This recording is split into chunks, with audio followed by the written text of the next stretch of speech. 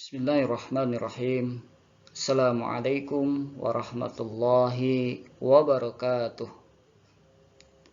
Alhamdulillah wassalatu wassalamu ala Rasulillah wa ala alihi wa sahbihi wa mawalah. Alhamdulillah, pada kesempatan kali ini kita masih dipertemukan kembali oleh Allah Subhanahu wa taala dalam rangka perkuliahan mata kuliah filsafat ilmu yang insyaallah pada kesempatan kali ini kita akan membahas tentang epistemologi. Sebelumnya marilah kita mulai dengan sama-sama mengucapkan Bismillahirrahmanirrahim. Epistemologi. Epistemologi adalah cabang filsafat yang membahas tentang pengetahuan, antara lain asal mula, bentuk, struktur, dinamika, validitas, dan metodologi yang bersama-sama membentuk pengetahuan manusia.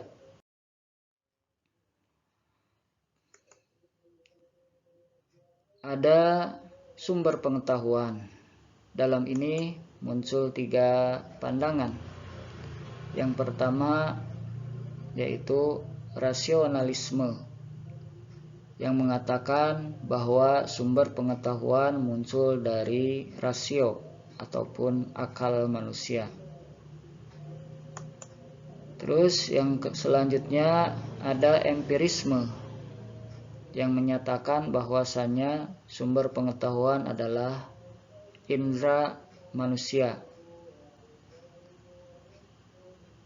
Terus selanjutnya ada kritisme, yang menyatakan bahwa pengetahuan manusia bersumber dari luar diri manusia, yaitu Tuhan. Nah, bagaimana menentukan sumber suatu pengetahuan? Misal di dalam Islam, untuk mengetahui suatu pengetahuan itu benar, maka perlu ditelusuri sumber dari pengetahuan tersebut. Sebagai contoh, kalaulah dalam hadis ada namanya sanad, ada namanya matan. Apakah itu sanadnya tersambung sama Rasulullah, sampai Rasulullah ataupun tidak? Itu sebagai contoh. Menguji kebenaran dari suatu pengetahuan. Setelah menemukan sumber dari suatu pengetahuan, langkah selanjutnya yang penting dalam epistemologi adalah dengan melakukan pengujian suatu pengetahuan dengan sesuatu yang tidak mendukungnya. Jika ternyata pengetahuan tersebut dapat bertahan menjadi suatu pengetahuan yang tetap diterima, maka dapatlah dibenarkan adanya. Maka ada teori kebenaran. Di sini kita ambil 3 teori kebenaran.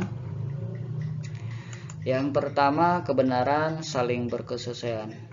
Apa contohnya? Misalnya, jika seorang mahasiswa mengatakan matahari terbit dari timur, maka pernyataan itu adalah benar sebab pernyataan tersebut bersifat faktual atau sesuai dengan fakta yang ada bahwa matahari terbit dari timur dan tenggelam di ufuk barat.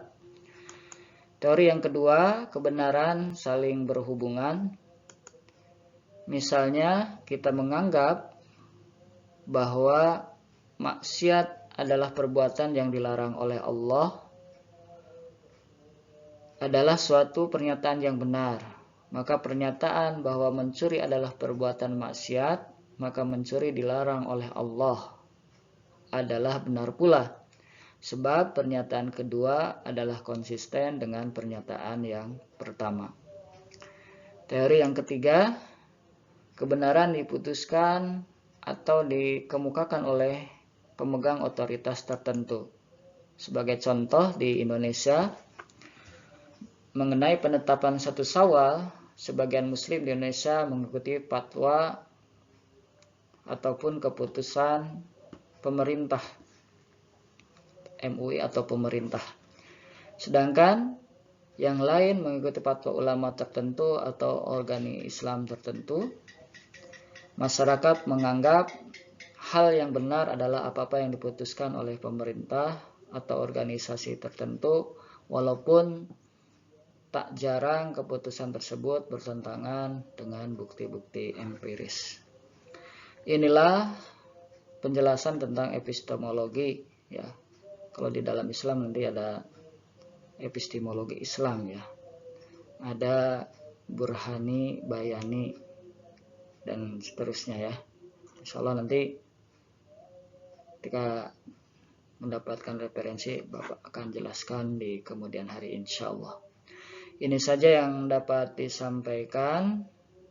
Kurang dan lebihnya mohon maaf. Kita akhiri dengan kafaratul majlis. Subhanakallahumma wa bihamdika asyhadu an la ilaha illa anta astaghfiruka wa atubu ilaik. Kita akhiri dengan hamdalah. Alhamdulillahirabbil alamin. Assalamualaikum warahmatullahi wabarakatuh.